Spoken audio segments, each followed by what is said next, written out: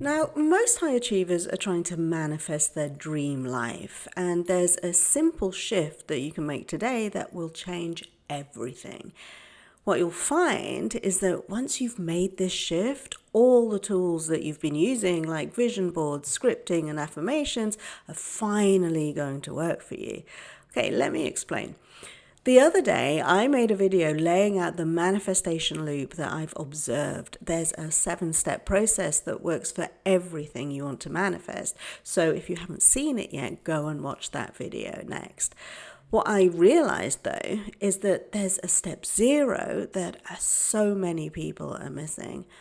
And that's the belief that you are the creator and that you are manifesting all the time. If you don't have that belief, then none of the tools, like I've said, like the affirmations or vision boards or whatever, are going to work for you because you'll be in cognitive dissonance. Your brain cannot hold 2 opposing truths at the same time without it affecting you negatively. So yeah, you might believe that, this manifestation stuff works, but if you have a greater belief that it doesn't actually work for you, which belief do you think wins out?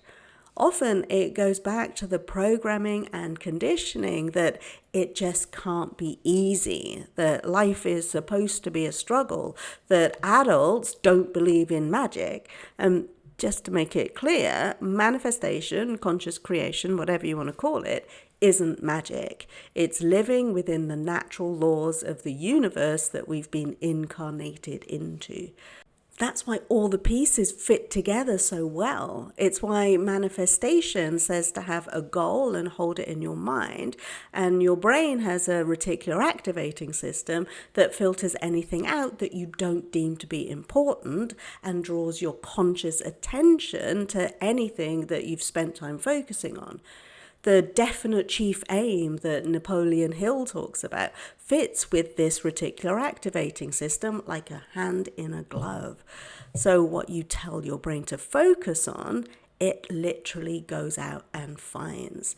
It's also why we have the ability to imagine a future that we haven't experienced yet, and why we then get to experience that life that we've envisaged, yeah? Okay, let me demonstrate. When we decided to move to Canada, I held the vision of the apartment that we wanted to live in my mind for about a year before we got here. I imagined drinking my coffee and looking out over the water and the trees and the mountains, and that's exactly what I got to experience in my previous apartment. We sold most of everything we owned and put the rest into storage. And when we moved into that old apartment, it was fully furnished. And we found that a lot of the same things, like the saucepans that we had in the UK, were the same saucepans that were in the cupboards. As soon as I walked into that apartment, I knew that I was home. And the funny thing about that place was that in my visualizations, I had a brand new kitchen, but the fridge, oven, and dishwasher in this apartment weren't new. But everything else was such a perfect match that I was like, yeah, this is the one. Then within weeks of moving in, the landlady chose to replace the dishwasher and oven for brand new ones. And a little while later, she replaced the fridge too, which made the manifestation 100% complete. So that's step 0, allowing yourself to believe in your ability to consciously create your life and rewriting the rules of life that say that you have to work hard for everything you get, that nothing of value comes without struggle, that you can't have peace unless you've worked hard enough and long enough to deserve it. And so if that has been your belief system, tell me, how do those beliefs serve you? How do they serve your highest enjoyment of life? Because you're here, as far as I'm concerned, to enjoy the success that you've worked so hard for, and you deserve it. Not because of the work that you've done, but because you're here and you're alive and you're a unique and important stitch in the tapestry of this planet. So I encourage you to choose beliefs that honor your greatness and your sovereignty. Choose a path that brings you the peace and happiness and ignites your passion and vitality. Life is short and we're here to live it, being fully expressed and living in our joy and purpose.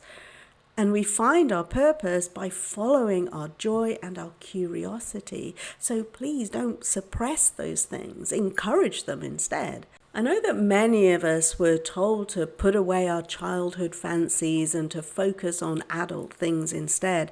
But those childhood fancies are often what brings you into the state of flow. And by getting into the state of flow with the things that you love doing that might not seem productive, actually help you to get into flow with the activities that you do to earn the money, to get the promotion, to do the adulting that society expects you to do. So reawaken that side of you. Because underneath all the pressure that you felt to perform is the version of you that you came here to remember. Once you've uncovered all the things that are weighing you down, burning you out, and keeping you playing smaller than you could be, that's when your life really expands beyond your current comprehension. But because of the lives that we've lived and the societies that we've lived in, we've been taught to ignore our greatest support systems and the natural laws that help us to live the most incredible lives. So we've got to consciously put in a little bit of effort to remember who we are. And trust me, once you remember and once you start living with the universal laws instead of working against them, life will never be the same again. So can you allow it to be easy? Can you allow yourself to drop the struggle? Do you believe that you can be happy and peaceful and still be successful too? And if you can, and if you do, then a great way to start this journey is by joining me in my school community and taking advantage of the many free resources that you'll find there, including the free mini course, Rewire Your Brain for Happiness. And if you missed the video on the manifestation loop that I was talking about earlier, you can just click there now to watch that next. I really look forward to seeing you in my community. And if I don't, well, just know that you are ready. And this is where it begins. I'll see you next time. Bye.